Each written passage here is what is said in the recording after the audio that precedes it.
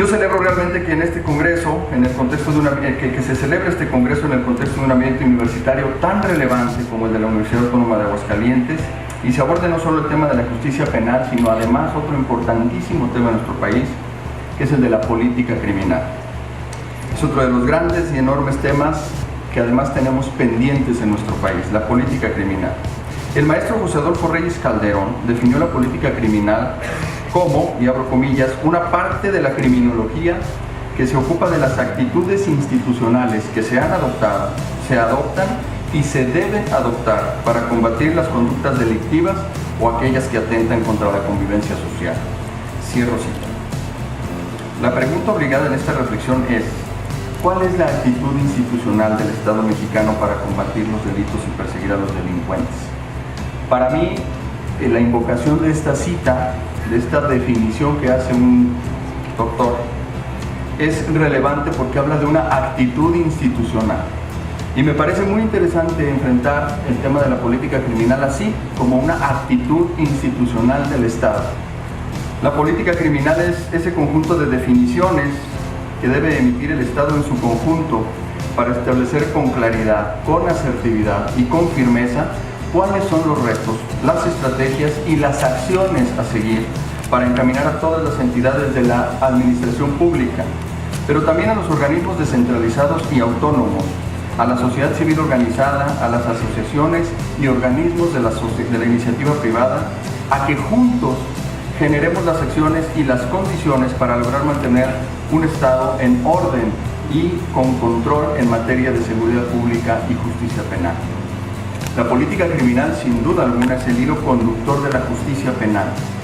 Es ese marco referencial dentro del cual se deben de conducir la totalidad de los entes públicos y privados, para tener integralidad en las estrategias, para que todas las acciones que realizan, no solo las entidades de seguridad y justicia, es decir, no solo los policías, los ministerios públicos, los jueces y los custodios de las cárceles, sino todos los actores públicos y privados que lleven a cabo actividades que se relacionan con el bienestar social, con la armónica convivencia en comunidad, con la generación de oportunidades de desarrollo y mejoramiento del entorno, conduzcan o conduzcamos las acciones y recursos dentro de ese marco de referencia que les indique que no se puede tener todo lo que se ha mencionado si no hacemos las cosas en un mismo o con unos mismos objetivos comunes.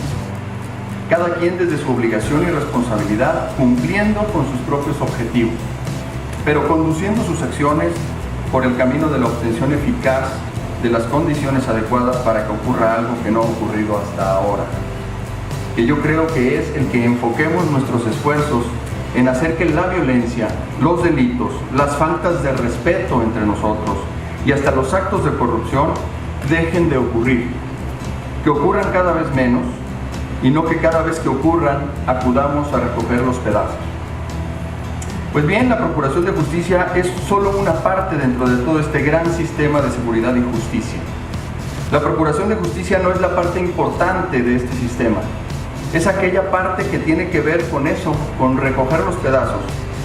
Y la gran encomienda y responsabilidad que tenemos quienes operamos en esta parte es precisamente que lo hagamos bien. Y que eso, aunque solo sea eso, verdaderamente sirva. El combate a la impunidad, que es lo que se hace al recoger bien los pedazos, es algo que verdaderamente debe servir a que las cosas en esta materia mejoren. Es algo que tenemos que hacer cada vez mejor y que debemos llevar a niveles muy superiores a los que ahora tenemos. Y para ello es muy necesario que todos entendamos cuál es la función de la Procuración de Justicia y le demos el papel que le corresponde. Lo menciono así porque en nuestra sociedad somos muy propicios a establecer que todo lo que tenga que ver con violencia, con inseguridad y con muchas otras ideas asociadas a ello son responsabilidad del Ministerio Público, de las Fiscalías o de las Procuradurías, lo cual definitivamente no es así.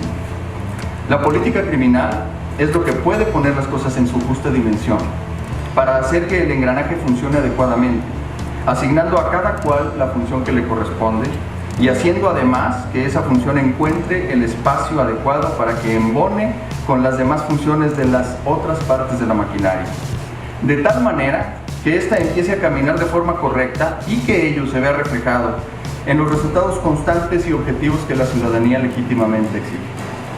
Mientras la sociedad civil considere que toda la tarea es del gobierno y de las instituciones públicas y no se sume a la solución de una manera proactiva y propositiva, tardaremos mucho más en lograr la generación de condiciones que a su vez se conviertan en resultados que a todos nos satisfagan.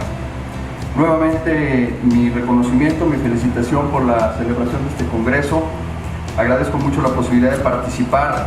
Creo que, insisto, abonando a lo que ya he dicho, son temas fundamentales y de la mayor relevancia en este momento que transitamos en la vida de nuestro país, y me alegra mucho más también que sean en su mayoría estudiantes de Derecho, estudiantes de esta gloriosa universidad, quienes puedan participar de manera también activa y proactiva en la celebración de este congreso. Muchísimas gracias, profesor.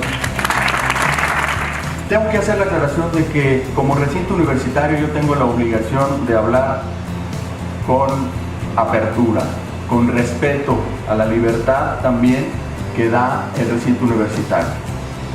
Este es un congreso universitario y creo que cuando menos yo al estar aquí tengo esa obligación con ustedes.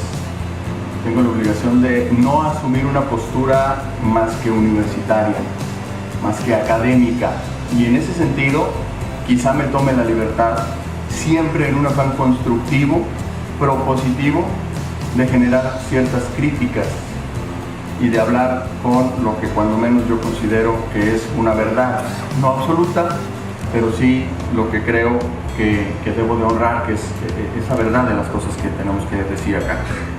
Creo que así lo entiendo, así lo percibo, que también por parte de ustedes como estudiantes universitarios hay muchos temas pendientes, hay muchas dudas. Todos tenemos dudas ahora. Estamos empezando con un sistema procesal penal acusatorio. Está naciendo un sistema nuevo en nuestro país y eso tiene muchas implicaciones, entre ellas que tengamos que hablar mucho de esto, que nos tengamos que preparar mucho en relación con este gran tema, que además es de extraordinaria trascendencia en la vida institucional y en la vida social de este país. Y entonces quise proponer, y se me aceptó afortunadamente, hablar de dos temas que tienen que ver mucho con esta materia o con este tópico del sistema procesal penal acusatorio, que son reincidencia y prisión preventiva. Creo que son temas que están ahí latentes en la discusión y el análisis del sistema procesal penal acusatorio, pero más que en el sistema procesal penal acusatorio, en la percepción de seguridad, en la percepción de justicia que los ciudadanos tenemos actualmente, particularmente en Aguascalientes, por supuesto. ¿Cómo es que llegamos a operar, como actualmente ya lo estamos, el sistema procesal penal acusatorio? Y yo empezaría por hacer una crítica que me parece que podemos hacerla de manera generalizada y no solamente para criticar, sino para poner el punto ahí y tratar de hacerlo diferente. Y yo creo que ustedes como estudiantes universitarios pues son a quienes les va a tocar o a quienes les está tocando ya hacer las cosas diferentes. Y la crítica es en el sentido de que no tenemos un adecuado sistema de implementación de las cosas que hacemos. Yo les puedo decir con plena convicción, cuando menos desde mi perspectiva, que el sistema procesal penal acusatorio es mucho mejor que el anterior, que representa en muchos sentidos un gran avance en el sistema de justicia en México, que tiene muchas bondades. Entre otras, yo les podría decir, como titular del Ministerio Público en Aguascalientes y como habiendo formado parte en prácticamente todas las áreas del Ministerio Público, si me permiten decirlo, en la talacha, haciendo la chamba de la investigación de los delitos, integrando averiguaciones previas y carpetas de investigación, nos ha quitado trabajo además. Eso también se los puedo decir. Nos ha venido a simplificar mucho el trabajo a los ministerios públicos, o nos debería de simplificar mucho el trabajo, pero como todavía estamos en esa transición y como no hubo un proceso adecuado y homologado en este país de implementación del sistema, entonces no estamos viendo ni en la actividad diaria de los ministerios públicos, las policías, los peritos, los analistas, el equipo de las procuradurías o de las fiscalías, ni nosotros lo estamos viendo suficientemente bien, ni la ciudadanía lo está percibiendo así. Y creo que no me equivoco. Y me corrigen si es así, por favor. Yo creo que no hay un adecuado proceso de implementación Es decir, cómo llegamos a la operación total en nuestro país del sistema procesal penal acusatorio. Yo quiero platicarles o hacer una reflexión sobre varios temas. Por ejemplo, estamos discutiendo hoy por hoy, de manera muy particular, a nivel nacional, la autonomía del Ministerio Público. Y más que la autonomía del Ministerio Público, estamos discutiendo sobre la autonomía de la Procuraduría General de la República. Ya se discutió y se va a discutir en las entidades federativas sobre la autonomía de las procuradurías en particular de cada uno de los estados. Pero hoy estamos discutiendo sobre la autonomía del Ministerio Público. Y les digo la verdad, no sabemos qué es eso de la autonomía del Ministerio Público. Estamos haciendo algo que desde mi punto de vista hubiese sido extraordinariamente positivo que se hiciera antes de la entrada en vigor o de la implementación total del sistema procesal penal acusatorio. Necesitamos fiscalías autónomas para operar el sistema acusatorio de manera eficaz. Nada más que primero entró el sistema acusatorio y ahora estamos discutiendo la autonomía de las fiscalías, la autonomía del Ministerio Público. Tuvimos que haber también fortalecido las instituciones de seguridad pública y justicia en nuestro país antes de que empezara a implementarse o a operarse el sistema procesal penal acusatorio. Debimos de haber hecho las transformaciones necesarias antes de esto para que operasen las instituciones de acuerdo con un sistema acusatorio. El sistema acusatorio es diametralmente distinto al sistema tradicional o al sistema mixto inquisitivo. ¿No es así? Y entonces, ¿cómo es que empezamos a operar un sistema acusatorio sin haber hecho las transformaciones y los cambios necesarios en la estructura operativa de las instituciones? Hoy es otro tema que se debate y se discute en México, pero ya tenemos el sistema operado. Tuvimos que haber hecho un ejercicio extraordinariamente importante de creación de política criminal en nuestro país. Déjenme platicarles, en ese informe ejecutivo de la Consulta Nacional sobre Procuración de Justicia se reconoce de manera expresa, y digo se reconoce aunque está auspiciado por entidades de la sociedad civil, aunque vinculadas a instituciones públicas, se reconoce que no hay política criminal en México.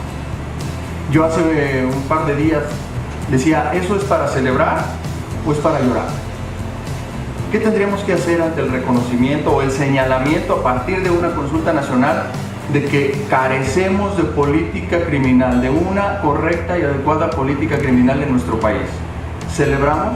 Yo creo que sí, pero también deberíamos lamentarnos mucho que apenas ahora estemos reconociendo eso y que entonces tengamos que empezar a hablar de cuál es la política criminal que debe seguir nuestro país y además, y a partir de ello, sin salirse de ese marco, cuál es la política criminal, por ejemplo, en Aguascalientes.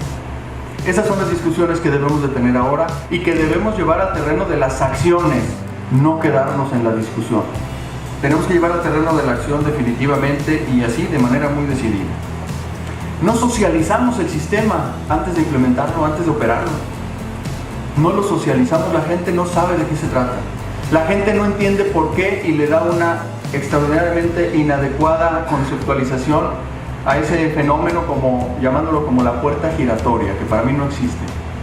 Pero como no socializamos y no informamos a la gente a quien va dirigido todo esto lo suficiente y adecuadamente para que lo entendieran y supieran cuál es el cambio de paradigmas en un sistema de justicia, ahora tenemos graves inconvenientes por una exigencia y por un reclamo de que no hay justicia porque la gente no se queda en la cárcel, porque los policías detienen a los delincuentes y los ministerios públicos los dejamos ir. Y digo los ministerios públicos porque otra de las conclusiones a que se llegó en este informe ejecutivo de la Consulta Nacional fue que la puerta giratoria, que la reconocen, que es algo que yo no estoy de acuerdo, que la puerta giratoria no está en el Poder Judicial, la puerta giratoria está en el Ministerio Público.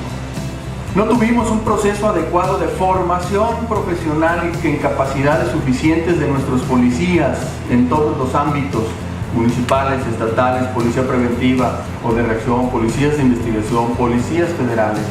No tuvimos un adecuado proceso de capacitación y de formación para poder ponerlos a operar. Ahora que ya tenemos la operación del sistema, también estamos trabajando fuertemente en la capacitación y en la formación de nuestra policía. No debió haberse hecho antes. No debimos haber llegado consolidados a la operación del sistema ya con las policías perfectamente capacitadas para ello. Y finalmente, uno de los temas que tocaba yo hace un momento, el replanteamiento de los modelos o del modelo de prevención del delito en México. Si nos preguntamos cómo se hace la prevención del delito en nuestro país, vamos a tener una gran diversidad de opiniones y les aseguro que todas nos van a llevar a que no existe un adecuado planteamiento de un modelo de prevención en México. La prevención que hacemos en nuestro país es prevención de corto plazo. Y yo creo que per se la prevención no puede ser de corto plazo, por un lado, y también creo que lo que se necesita en México no es una prevención de corto plazo. En la situación en la que nos encontramos, en los niveles de inseguridad en los que nos encontramos, no funciona ya la prevención de corto plazo y no como la estamos haciendo. No podemos seguir pensando en esa prevención que consiste en la operación de las policías de la manera en la que estamos operando, que no es una mala crítica, es una sana crítica, que tienen mucho de positivo las policías, pero también que hace falta mucho los programas preventivos. Y no solamente en las policías, en todas, yo creo y estoy convencido que absolutamente todas las entidades públicas y los organismos de la sociedad civil tienen una tarea de prevención del delito o de prevención de las conductas antisociales. Hablé en el mensaje que acabo de dar hace un momento del tema del respeto, del tema de la tolerancia, del tema del servicio. Creo que entre otros, fundamentalmente en estos valores está el tema de la prevención en nuestro país. Cada vez más son las voces, pero también necesitamos acciones que dicen, que señalan que la prevención del delito empieza por enseñarnos entre nosotros y por aprender desde niños en la escuela lo que es el valor del respeto, de la tolerancia y del servicio. ¿Cuántos estamos dispuestos a servir a los demás? ¿Cuánto estamos dispuestos y hacemos lo necesario para respetar a los demás? Ahí principia todo, ahí inicia todo. Si estamos pensando en grandes acciones de prevención del delito con policías, con armas, con tanques, con no sé qué nos imaginemos, estamos equivocados. Inicia con educación, inicia con enseñar a los niños y a los jóvenes como ustedes, con aprender los temas de respeto, de tolerancia, de servicio, entre otras cosas. Yo plantearía estas reflexiones en lo que me parece que debió haber sido un tema de implementación previo a la puesta en operación del sistema. ¿Qué quiere decir? Que estoy volteando solamente para atrás y que pues seguramente me dirán, ¿y de qué sirve que estés diciendo lo que no se hizo? Yo creo que hace mucha falta apuntarlo, decirlo, establecerlo de manera muy clara, porque si no lo hicimos antes, lo tenemos que hacer ahora. No es algo que si no se hizo antes ya no se puede hacer o no se deba de hacer. Se nos va a dificultar más, pero lo tenemos que hacer. Todo esto de lo que yo hablé en este momento, todos estos tópicos, me parece que son algunos de los tópicos fundamentales que tenemos que atender prioritaria y urgentemente, de manera correcta, estratégica, integral, para que el sistema procesal penal acusatorio funcione y funcione bien. Sabemos que nos va a llevar tiempo, pero nos va a llevar menos tiempo y lo vamos a consolidar de mejor manera si atendemos estos temas. Si fortalecemos las instituciones públicas, hoy entenderán que un tema que yo traigo muy actual, muy fuerte, pues es el de la autonomía del Ministerio Público. ¿Cómo construimos esa autonomía? Con diputados que dicen que no se le olvide al fiscal que los diputados somos sus patrones. Así construimos las instituciones autónomas que necesitamos en este país. ¿Sabemos qué queremos de la autonomía del Ministerio Público? ¿Sabemos a dónde queremos llegar o tenemos egos que queremos cumplir con este tema de las autonomías? Nadie los debemos de tener, debemos de construir por México y por Aguascalientes para que una autonomía realmente se dé. La reincidencia. En reincidencia y prisión preventiva, creo yo, descansan algunos de los varios, y yo diría no muchos, discusiones que se están generando en torno a todo esto por parte de la sociedad, por parte de los medios de comunicación que juegan un papel importantísimo, por parte de la propia clase política, los gobernantes, los servidores públicos, quienes estamos tratando de dirigir esto. En estos dos temas descansan puntos muy importantes de lo que tiene que ver con la operación del sistema. La reincidencia. ¿Qué es la reincidencia? La reincidencia simple y sencillamente es volver a delinquir. La persona que ya delinquió una vez, la persona, el delincuente, porque así debe ser considerado ya, porque estamos hablando del presupuesto de una sentencia que causó ejecutoria, si no, no podría ser reincidencia. Aparentemente, ahorita vamos a ver por qué. La reincidencia no es más que haber cometido un delito y volver a cometer otro. Y hay una gran discusión en el tema de la reincidencia. A mí los diputados, algunos de ellos, me han dicho, fiscal, ¿qué podemos hacer en la Cámara de Diputados? ¿Qué podemos hacer en el Congreso para resolver el tema de la reincidencia? Y mi respuesta ha sido muy sencilla. Nada. Yo creo que el Congreso no tiene que hacer nada ahora en el tema de la reincidencia para resolver este gran tema. Está previsto y está resuelto. Resuelto, se admiten opiniones diversas, por supuesto. Las leyes hay que establecerlo y hay que reconocerlo. La ley siempre es perfectible. La ley siempre es susceptible de revaloración, de revisión, a la luz de las modificaciones de los fenómenos sociales, culturales, etc. A la luz de la evolución de la sociedad. No quiere decir que ya todo esté bien y que yo crea que es perfecta la ley y que no hay nada que hacer. Lo que creo es que lo que se pretende en este momento en el tema de la reincidencia no es necesario modificar la ley, la Constitución, el Código Nacional de Procedimientos Penales, etcétera, para resolver el tema que ahora se quiere resolver con el tema de la reincidencia. La reincidencia está prevista en el Código Nacional de Procedimientos Penales. El tema es cómo queremos tratar la reincidencia. Una pregunta que para mí ha sido muy útil en muy diversos temas, por no decir que en todos, cuando analizamos o criticamos algo. Bueno, es que ¿qué queremos? Si hablamos de reincidencia podemos decir muchas cosas, pero ¿qué queremos con la institución jurídica de la reincidencia? ¿Qué queremos resolver? ¿Qué queremos atender? ¿Qué queremos que mejore con el tema de la reincidencia? ¿Por qué la sociedad, los medios de comunicación, los políticos reclaman que se prevea el tema de la reincidencia? Y algunos dicen que se castigue la reincidencia. Ustedes son estudiantes de Derecho. ¿El tema de reincidencia es algo que debe de ser castigado o penado? ¿La reincidencia debe de castigarse? Habría que contestarnos esas preguntas a partir de qué queremos con eso, con ese análisis. La reincidencia está prevista en el Código Nacional de Procedimientos Penales porque el artículo 167 del mismo ordenamiento, de este ordenamiento, establece una fórmula mediante la cual se prevé la reincidencia como una institución jurídica que condiciona la posibilidad de que una persona que está sujeta a una investigación criminal sea sujeta también de una medida cautelar de prisión preventiva.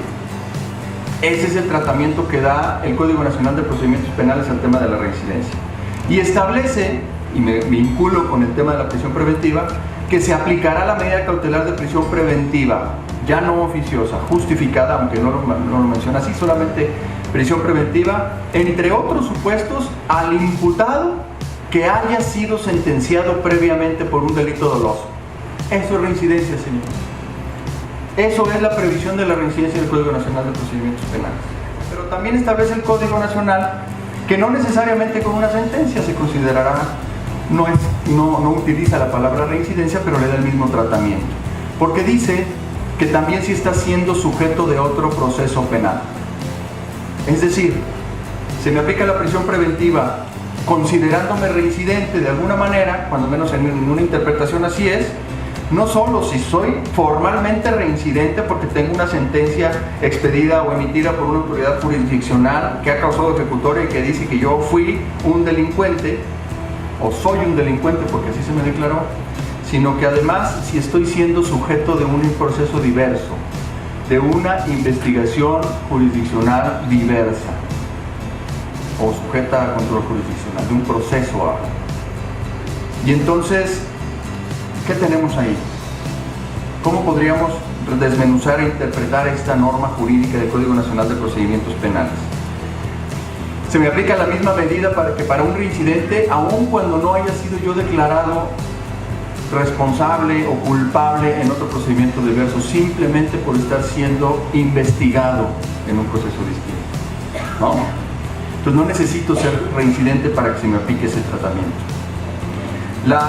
Yo creo que los dos tratamientos que podemos revisar para el tema de la reincidencia es, por un lado, el tema de la de la medida cautelar que pueda aplicárseme, o el del aumento de pena.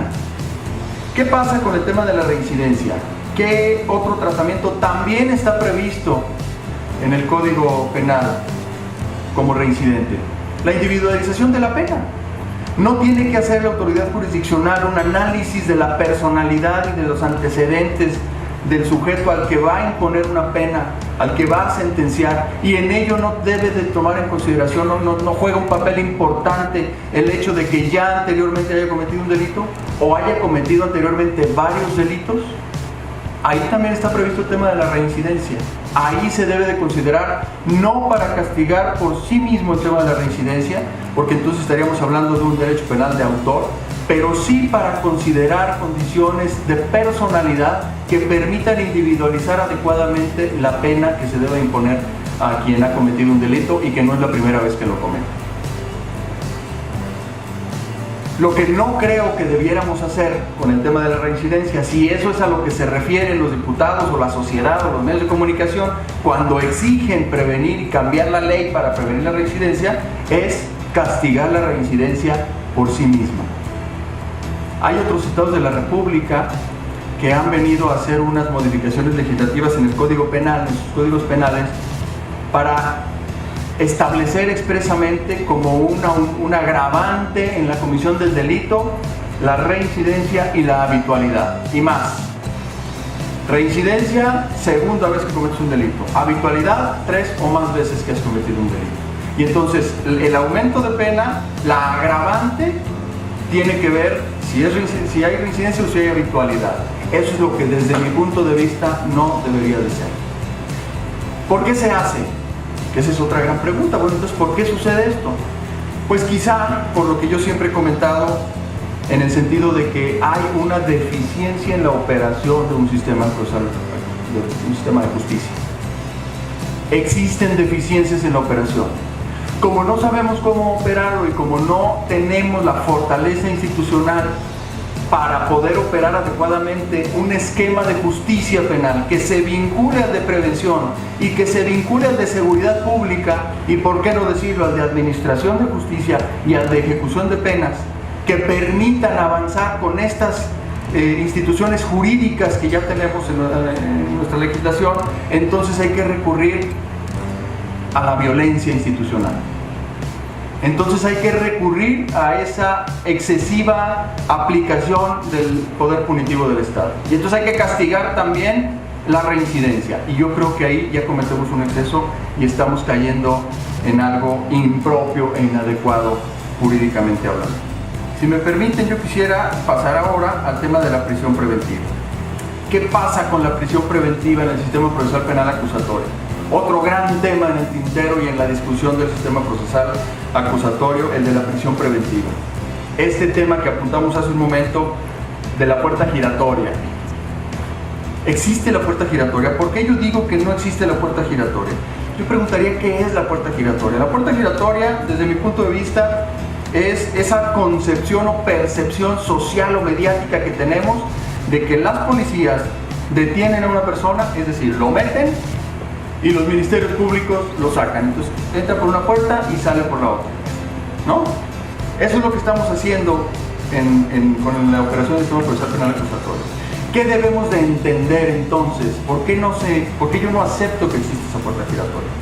Porque esta percepción se genera a partir de la falta de comprensión de un principio fundamental del sistema acusatorio, del sistema de justicia penal actual, que es el de presunción de inocencia, que nos lleva a establecer otra situación fundamental en la operación del sistema, que es el hecho de que la prisión preventiva se ha convertido de una regla en el sistema tradicional al que estábamos acostumbrados, y parece ser que con el que estábamos totalmente de acuerdo y muy contentos de que toda la gente fuera a la cárcel preventivamente, a un sistema en el que es la excepción, a un sistema en el que debe de aplicarse la prisión preventiva como medida cautelar de manera excepcional. ¿Y por qué debe de aplicarse como medida cautelar de manera excepcional la prisión preventiva?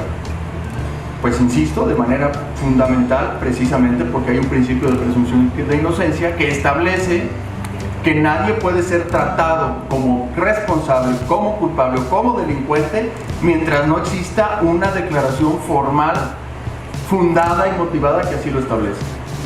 Mientras no se hayan desahogado ante una autoridad jurisdiccional todos aquellos medios de prueba o pruebas que demuestren fehacientemente que esta persona cometió un delito.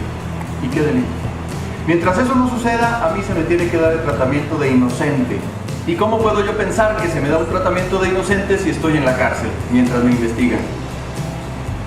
El sistema procesal penal acusatorio ha cambiado las reglas del juego y ahora, después de ejercitar acción penal, continúa una etapa de investigación complementaria que todavía no entendemos del todo bien. Una etapa de investigación complementaria que debería de ser mucho más robusta que la investigación inicial.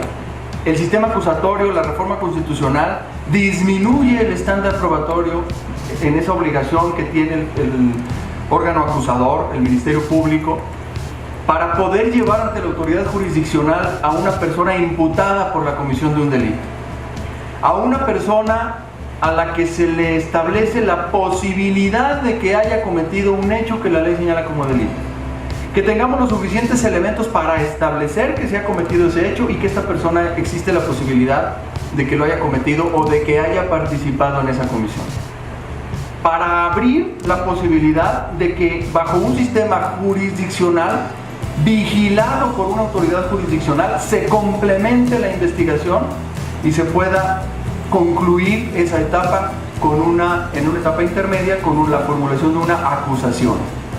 O no, o a lo mejor, como debe de ser en la gran mayoría de los casos, el asunto se quede en una salida anticipada o alterna.